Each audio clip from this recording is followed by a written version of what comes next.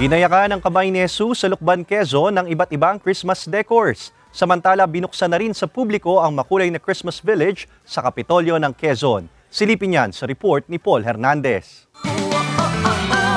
Gabi-gabing pinatitingkad ng daan-daang mga star parol ang sikat na pasyalan na kamay ni Jesus sa Lukban, Quezon. Kawili-wiling pasyalan ng hardin sa lugar na hindi lang hitik sa mga halaman kundi maging sa Christmas decors. Tila may pag-grand entrance pa nga papunta sa giant Christmas tree dahil dadaanan muna ang kanilang colorful LED arc. Ang pailaw, tradisyonang ginagawa sa lugar para ma-enjoy ng mga turista at residente ang lugar tuwing holiday season. Masusulit ng publiko ang picture taking mula alas 8 ng umaga hanggang alas 8 ng gabi.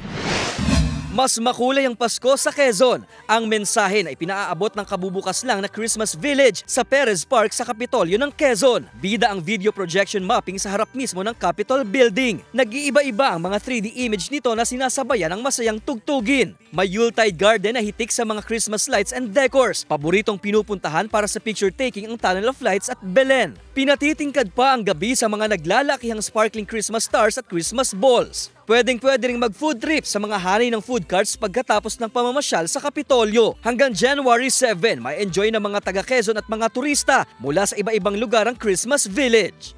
Paul Hernandez, Balitang Southern Tagalog.